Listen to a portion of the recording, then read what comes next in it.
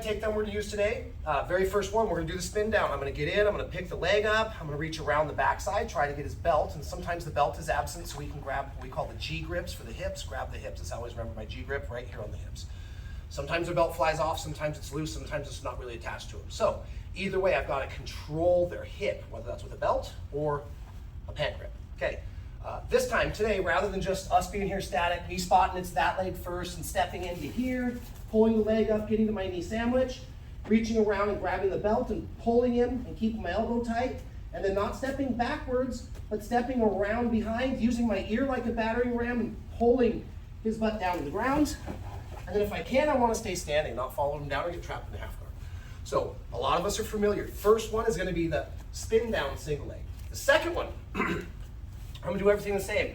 I'm going to get into that position, but now instead of going one arm behind for a spin down, maybe they have their leg canted out a little bit farther, maybe they're giving me a bad feed, maybe they're heavy on my shoulders. We're going to go something, I used to call it the forklift, because I'm getting both arms under and I'm lifting like a forklift.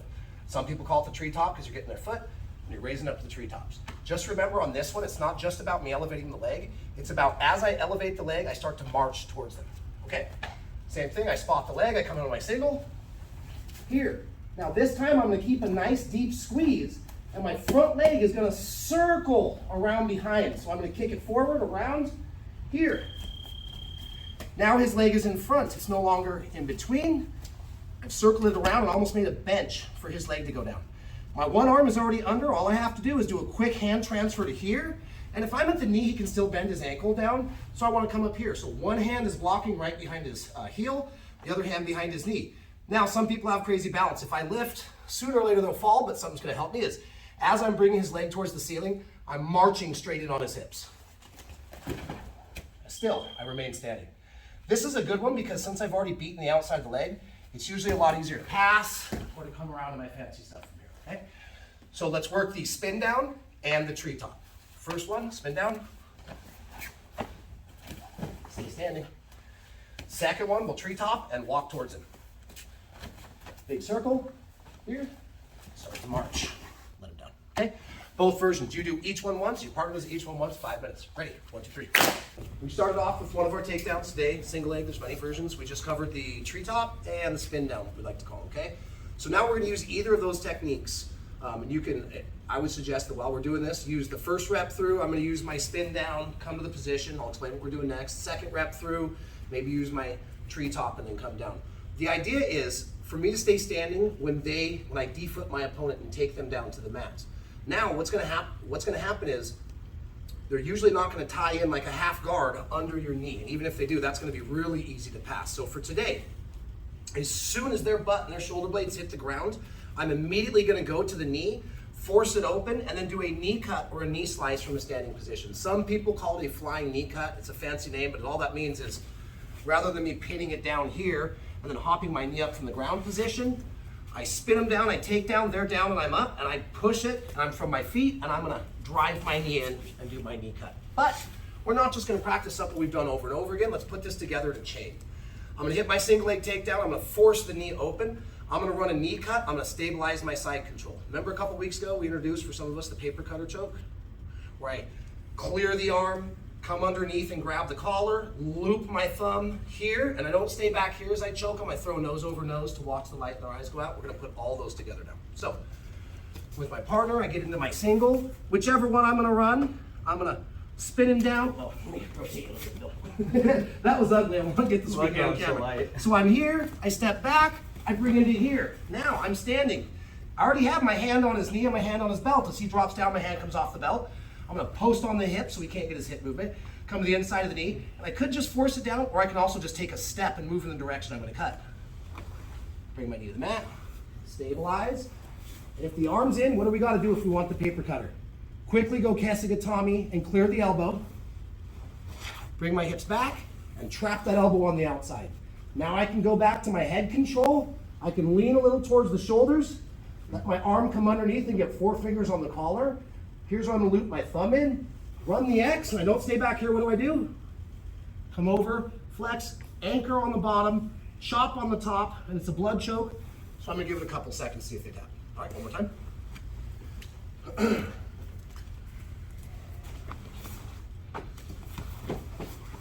Step, knee cut, stabilize, clear the arm, load, come under, grab, fix the thumb, loop, choke, cut, pull, squeeze.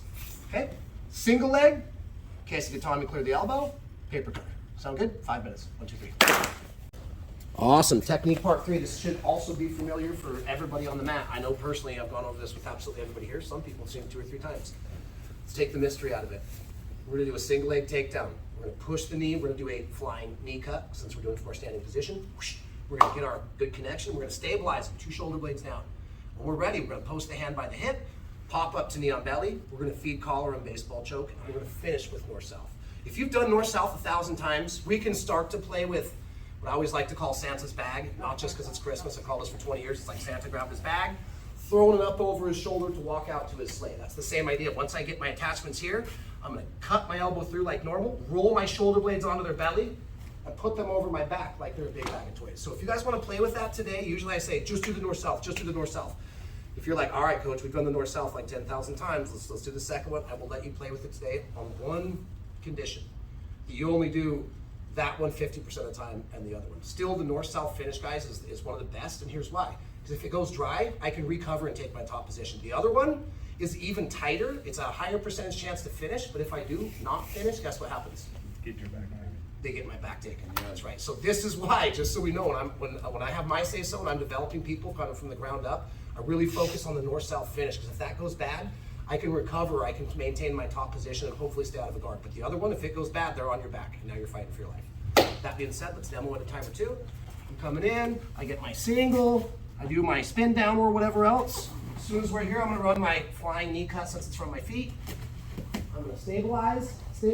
Oh, I can't clear the arm. Oh, he's standing nice and tight. Post the hand by the hip so he can't escape. Pop up to knee on belly deep. This foot needs to be touching the hip. Here, I'm gonna gain my posture. Of course, we know if he makes a mistake and reaches with this arm, I'm into my onside armbar, which I can finish from the top or from the bottom. We won't cover it today, but once I pop up to knee on belly, if he pushes on my knee and leaves a big loop here, what are we doing? Oh, I'm gonna cover my mouth and lift. Oops, sorry, Bill. Feed the head, step around, far side spinning armbar. But today, let's focus on the chokes. People can still fight with a broken arm. They can't fight when they're sleeping. So once I get my single, come down, I control. If his shoulder blades are up, before I do a knee on belly, what do I gotta do? Put him back down, get a good chin control. Check the hip, explode up. Thumb comes right into the collar, palm up here. Remember, cut, lift, north-south, knee by the ear, knee by the ear. Don't forget to drop your head.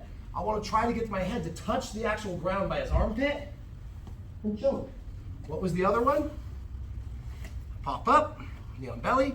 Here, I don't wanna go north-south, so what am I gonna do this time? Still cutting, still lifting. My knee is gonna kick straight out. I'm gonna put my right hip on the ground by his hip.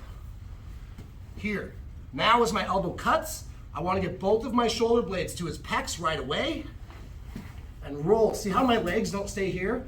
gonna switch my legs just like in Kesagatami. Flex my wrist, pull the collar, and I don't wanna be here like I'm making a T with my chest and his chest. I want both of my shoulder blades on his pecs.